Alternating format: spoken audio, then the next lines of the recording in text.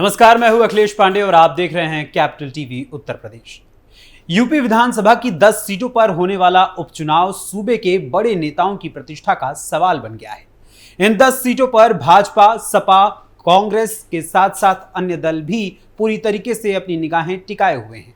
तीनों ही दल पुरजोर तैयारी में हैं कि अपनी अपनी धाक और जनता के बीच पैठ बनाकर विधानसभा में अपना वर्चस्व कैसे बढ़ाया जा सके।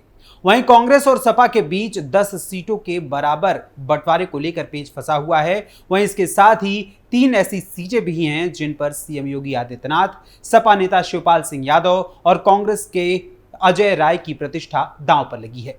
वो 3 सीटें कौन सी हैं और कैसे इन नेताओं की मान प्रतिष्ठा से जुड़ाव रखती हैं, वो मैं आपको बताऊंगा। लेकिन आइए सबसे पहले समझते हैं कि सपा और कांग्रेस के बीच फंसे सीट शेयरिंग के मसले को, कि आखिर कैसे और किन सीटों को लेकर दोनों ही दलों के गठबंधन के बीच दरार पड़ सकती है।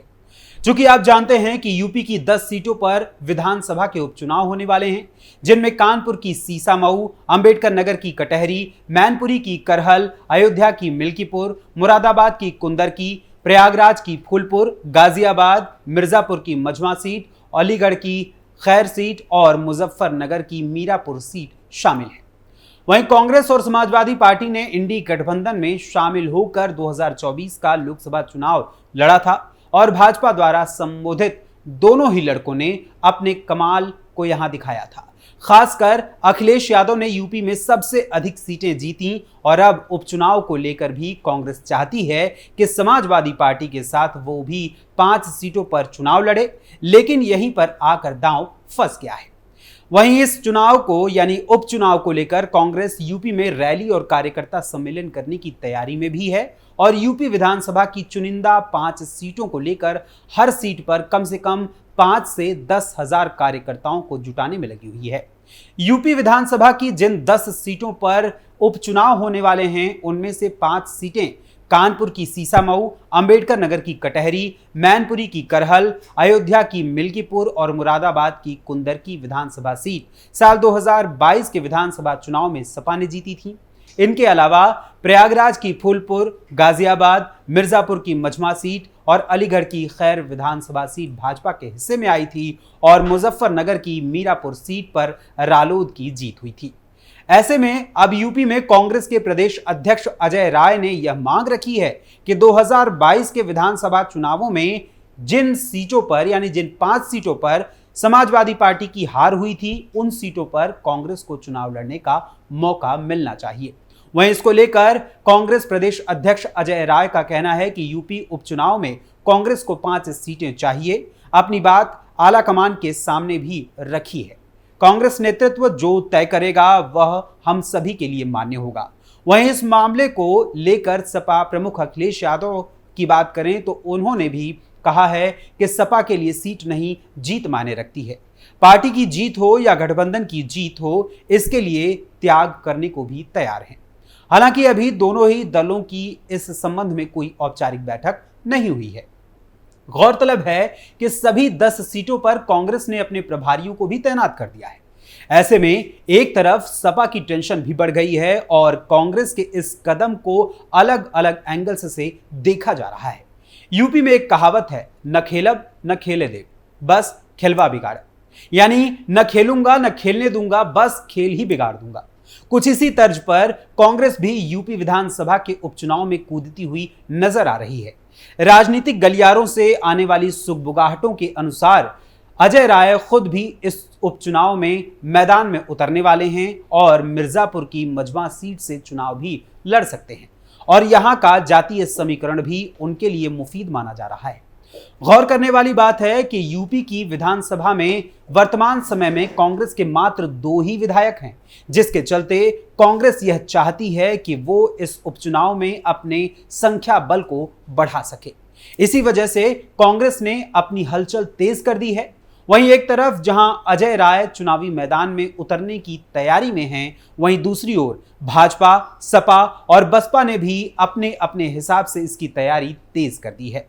वहीं मझवा सीट की अगर हम बात करें तो मझवा विधानसभा सीट पर हुए विभिन्न चुनावों में 8 बार कांग्रेस, 5 बार बसपा और 2 बार भाजपा की जीत हुई है। वहीं एक तरफ जहां मिर्जापुर की मजमा सीट की हम बात कर रहे हैं, कांग्रेस प्रदेश अध्यक्ष अजय राय के लिए काफी आवश्यक यह सीट है, वहीं सीएम योगी आदित्यनाथ के लिए अयोध्या की मिल्कीपुर और शिवपाल सिंह यादव के लिए मैनपुरी की करहल सीट मान प्रतिष्ठा का सवाल बन गई है।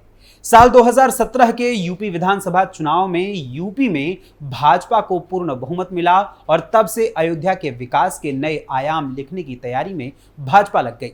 इसके साथ ही श्री राम जन्मभूमि और बाबरी मस्जिद विवाद के सुलझाने, भव्य राम मंदिर के निर्माण और अयोध्या में हो रहे विकास के दावों के बावजूद भी लोकसभा चुनाव में बीजेपी को यहां से गहरा झटका लगा, जिसको लेकर सभी विपक्षी दलों ने काफी आक्रामक रुख अपनाया।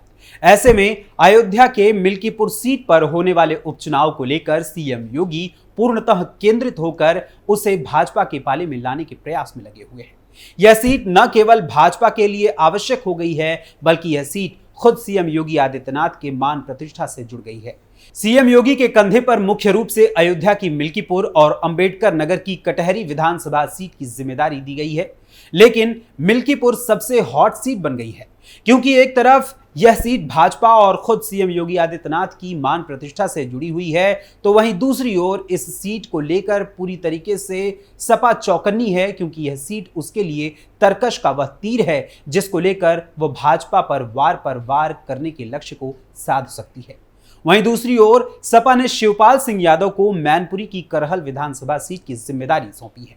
साल 2017 के यूपी विधानसभा चुनाव के बाद सपा से अलग थलग होकर अपनी प्रगतिशील समाजवादी पार्टी लोहिया बनाने वाले शिवपाल सिंह यादव मुलायम सिंह यादव के निधन के बाद काफी मान मनोबल के साथ वापस सपा के साथ आ गए और सपा में घर वापसी की।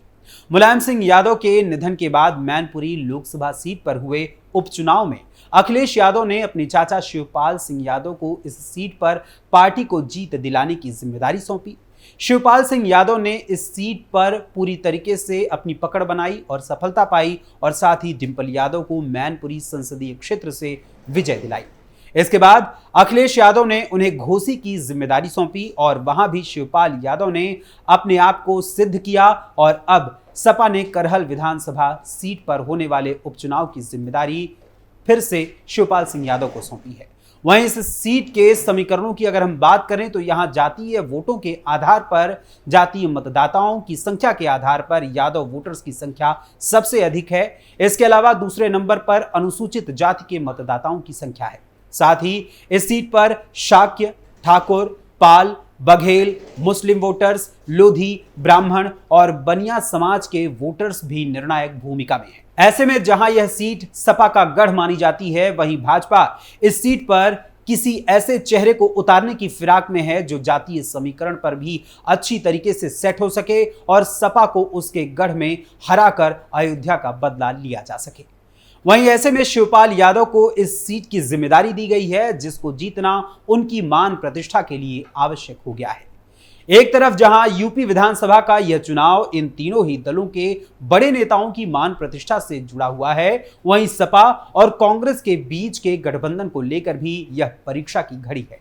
अब इस उपचुनाव में कांग्रेस की तेज हलचल और सपा की अपनी कोशिश दोनों ही खेमों में खलबली मचाए हुए है। वहीं अगर एक नजर 2022 के विधानसभा चुनाव के परिणामों पर डालें तो इस चुनाव में भाजपा को 273 सीटें हासिल हुई थी।